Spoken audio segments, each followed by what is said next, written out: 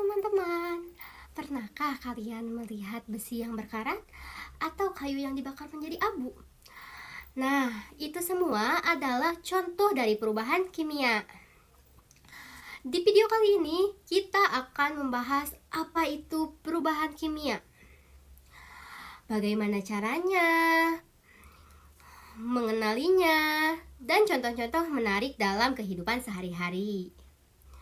Yuk, kita mulai bersama menonton video ini agar lebih tahu apa itu perubahan kimia. Nah, yang pertama kita akan membahas apa itu perubahan kimia.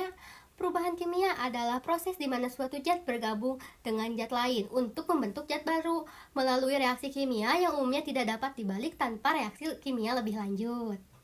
Nah, yang kedua, sifat-sifat kimia. Berikut ini adalah beberapa sifat-sifat kimia. Yang pertama, keterbakaran. Keterbakaran adalah sifat suatu zat untuk dapat terbakar. Bahan yang memiliki sifat ini seperti kertas, bensin yang cenderung mudah terbakar saat bertemu dengan api. Nah, yang kedua, membusuk.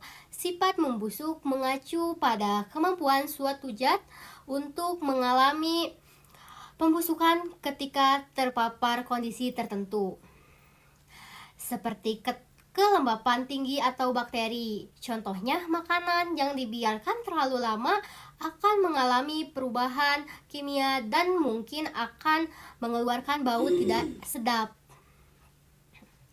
Lalu yang ketiga ada kereaktifan.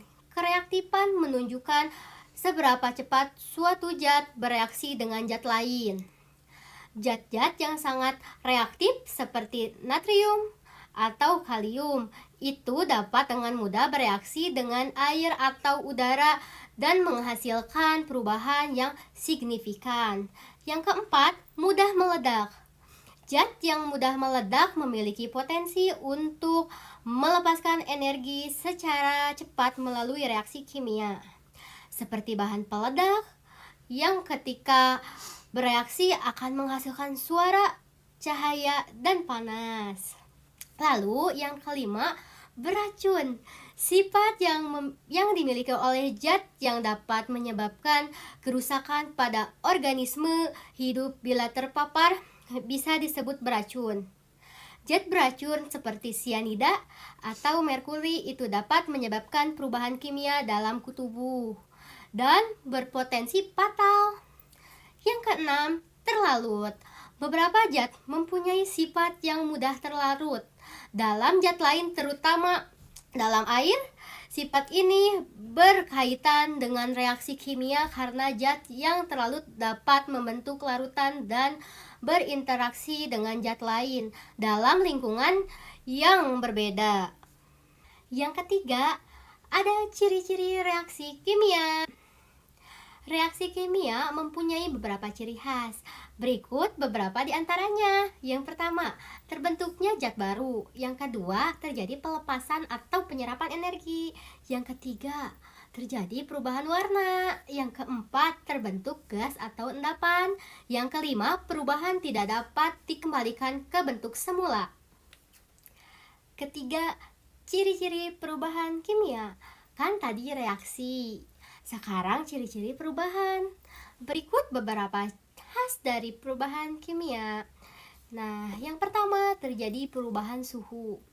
Perubahan suhu biasanya dijadikan salah satu indikasi kuat bahwa suatu reaksi kimia sedang berlangsung. Contohnya seperti reaksi pembakaran yang menghasilkan panas sebagai produk sampingan. Yang kedua, terjadi perubahan warna.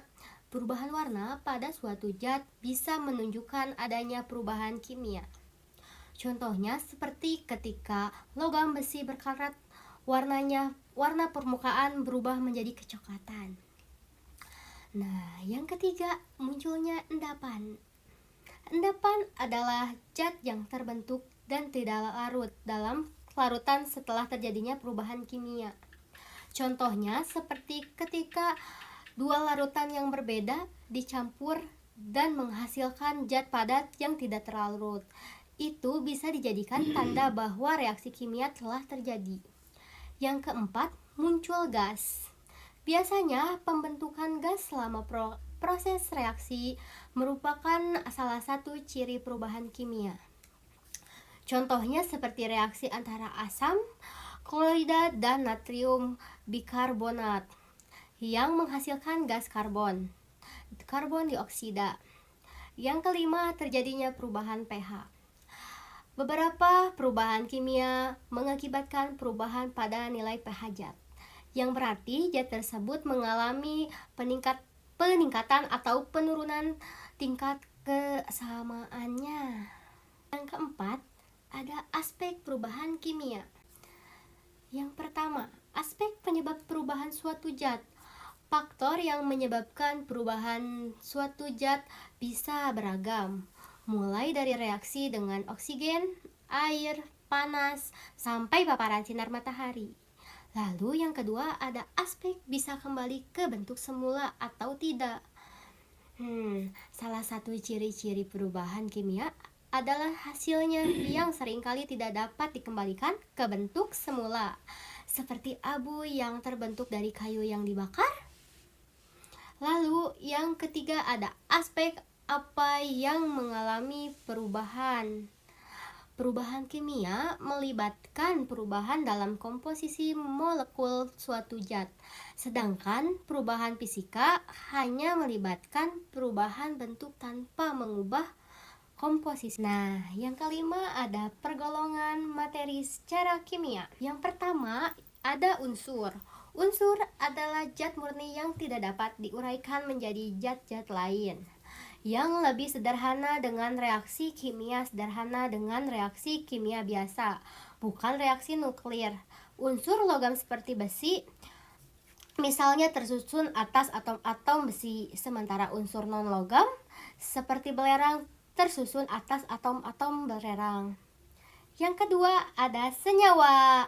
Senyawa merupakan gabungan dua unsur atau lebih yang terdapat dalam suatu materi yang dihasilkan melalui reaksi kimia. Adapun contoh dari senyawa seperti minyak bumi, karbohidrat, lemak, protein, kapur, dan banyak lagi. Yang ketiga, ada campuran. Suatu materi yang tersusun atas dua atau lebih zat dengan komposisi tidak tetap dan masih memiliki sifat-sifat zat asalnya dinamakan campuran. Misalnya air teh manis yang merupakan campuran dari air, teh, dan gula. Contoh-contoh perubahan kimia dalam kehidupan sehari-hari. Pembakaran. Kayu yang dibakar menghasilkan abu, karbon dioksida, dan air yang merupakan hasil dari proses oksidasi. Perkaratan. Besi yang berkarat merupakan hasil dari reaksi oksidasi antara besi dan oksigen di udara. Pembusukan makanan.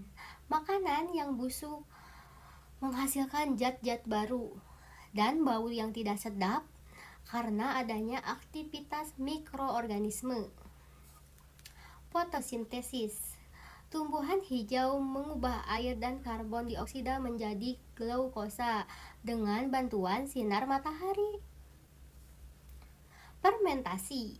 Proses fermentasi pada makanan seperti roti atau yogurt menghasilkan zat baru melalui aktivitas mikroba.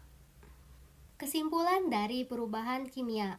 Perubahan kimia adalah proses di mana suatu zat bereaksi dengan zat lain untuk membentuk zat baru dan bersifat permanen. Artinya sulit dikembalikan ke bentuk semula. Proses ini melibatkan beberapa aspek penting, yaitu sifat-sifat kimia, ciri-ciri reaksi kimia, ciri-ciri perubahan kimia, aspek perubahan kimia, dan pergolongan materi secara kimia. Gimana nih teman-teman? Udah pada paham kan apa itu perubahan kimia? Udah dong ya pastinya. Nah, sekian pemaparan materi perubahan kimia dari saya. Mohon maaf bila ada kesalahan. Wabillahi taufiq wal hidayah. Wassalamualaikum warahmatullahi wabarakatuh. Bye-bye.